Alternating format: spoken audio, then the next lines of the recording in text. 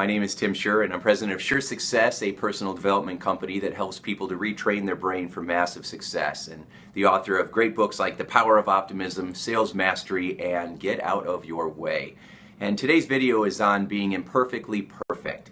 I talk to a lot of people about achieving their goals, and I want to talk to you about achieving your goals. One of the biggest fears is that somehow we're not going to be enough, or we need to come up with something new, or what if it doesn't work out, or what if I embarrass myself, or what if I discover that I'm not good enough, or what if other people think I'm a fraud. We have all these worries and fears and doubts. It's almost like we're trying to be perfect, because if we're perfect, then people will love us and accept us, and then we can finally love and accept ourselves, and then everything will be wonderful and we can have a big group hug, right? But in fact, the problem is that this isn't a perfect world, and you're not perfect, and I'm not perfect, and we don't have to be, and we don't even have to pretend to be. You know, most of the people in the world that we idolize as people who are very spiritual and very loving and just amazing souls, they were very flawed. They were very messed up people, right? They were just as wounded as anybody else. Francis Assisi, you know, that saint that everybody, you know, thinks was full of love. You know, we have statues with him with feeding the birds, you know, and he just represented love and kindness. But, you know, he wrote quotes that said, I have been the most unholy of holy people, right? Where he himself admitted that he had all kinds of flaws and he was sinful, and he was always trying to overcome that and find peace. Mother Teresa, she could be mean. You know, she was tough. She had no interest in working in the slums with the poorest of the poor. It was something that she was forced into, and then she found her true nature and her true purpose through that challenge. A lot of people send me letters and say how I've changed their lives, and my books changed their lives, and the seminars were amazing, and how much of an impact I've made on their life. And a lot of people are really raving fans. I get calls and letters and voicemails and all kinds of stuff that just warms my heart. But, you know, I'm flawed. I've made a lot of bad choices. I have screwed up so many times. In fact, I think one of the reasons why I can understand where others are coming from so well is because I've come from that. You know, I've had these horrible things that have happened. I've done horrible things. You know, I'm not perfect. I'm very flawed in a lot of ways. And I say that because I think that there's a lot of strength that comes from being vulnerable and from being open. I've done a lot of seminars and a lot of personal work on my own to try to come to terms with the beliefs that have driven that selfish nature inside of me, and how to get around it, or how to grow through it, and how to grow up, right? How to go from being a boy to a man, how to be more others focused instead of so self-sorted, trying always to figure out, am I going to be okay? You know, always making it about myself. You know, even when I would tell people, oh, I'm doing this for you, I was really just, you know, trying to protect myself. And owning that is the only way to get through it. And so it comes up again and again for so many people. As soon as you want to do something new, as soon as you want to expand your comfort zone, as soon as you want to take a risk, as soon as you want to get to that next level, whatever that means, you know, that just means that you're learning how to become something more so that you can have something more, right? That's what it means. And so if you want a better relationship, if you want someone that's up here, but you're not getting it, it might be because you're down here, right? Or if you want more money, it might be that what do you have to become? Who do you have to become? What changes do you have to have take place for you in order to attract that next level of abundance? So whatever challenges you have in your life are there to help you grow. So when you get frustrated about these challenges, recognize that they are your teachers. They're there for a reason. They're there to help you.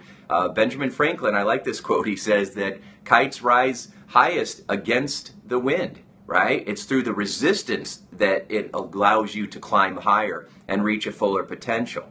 So you don't have to be perfect.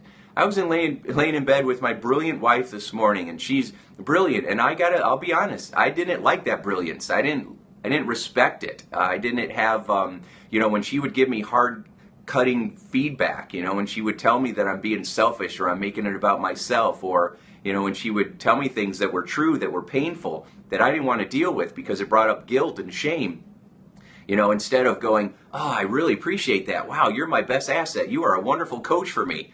I'd love to say I did that, and I do that more now, but back then I was like angry. and resentful and frustrated, and I'd push away and I would resist it and I would fight it because it felt like it was somehow cutting me down or stripping away my ego. And what it was really doing was it was helping me to grow, and I wasn't ready for that.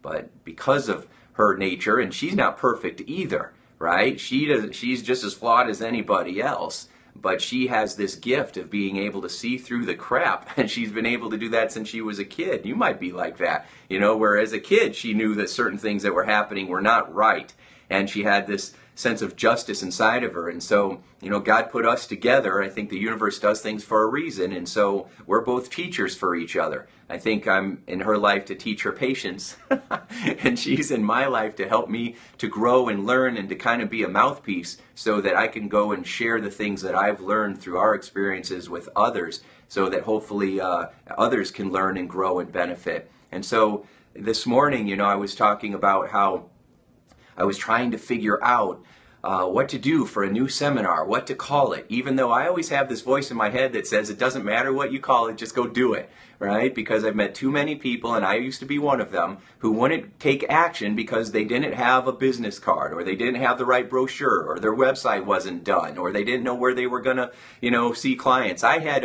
a client yesterday, and she said, you know what, I started doing life coaching, and I had people that were calling me up and offering, they wanted to come to my house, and then I didn't want to charge them, and they were forcing me to take the money. And she said, and I just didn't want to do it because I didn't even have a business card. And I'm thinking, that idea is so backwards. You want to throw away business where people are throwing money at you because you don't have a business card that would help you to have, clients. I mean, it's backwards. We will use any excuse not to be who we really are because of fear.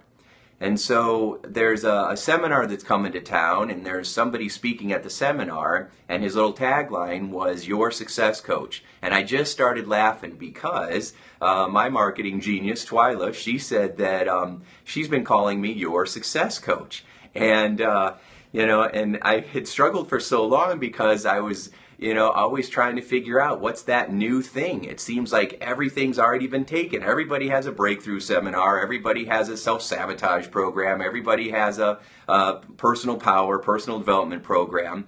And my wife looked at me and she says, you don't have to be new. You have to be you. And I thought, who's the motivational speaker here? And I'm just, at least I'm getting a little bit better. I looked at her and I rubbed her on the shoulder. I said, you know what, you're amazing. You're a genius, and I just love you so much. I'm giving her validation now. I'm appreciating her. Thank God, instead of being resentful like I used to be, I'm finally reinforcing what I want. And, and that's what we need to do. We need to appreciate those in our life, even those who are pushing your buttons. They might be pushing your buttons because you have buttons. What you need to do is look at your buttons instead of just focusing on trying to snap their, or slap their finger away, right? So we want to make sure that we are focused on doing things that help her, or to help each other feel good, right? We got to do things that help each other feel confident and supportive, and we don't have to come up with something new. We just have to be who we are. In fact, if you have a passion, if you have a gift, if you have something that you want to contribute in your life, then don't worry about being new. Just be you, because it's going to come through you and it's going to be new in that way. And so we want to make sure that we're doing things that help us feel good. All right? So just remember, whatever you put out there is going to come back to you. So just know that that is true. Whatever you have inside of you is what you're going to share with the world. And if what you're getting back isn't what you want, then you got to change what you're putting out there into the world, right? You got to make sure that you know that that what you do comes back to you. So come from a place of love, come from a place of support, come from a place of strength, and you will find yourself having a life that you actually enjoy, that will make you feel happy and peaceful instead of bitter. All right? So do things that help you to add value to the world, and you will find that the world will return the favor. If the world's not returning the favor, then that just means that you've got more work to do, and that's an opportunity for you. So thanks for watching. You have a great day. Talk to you soon.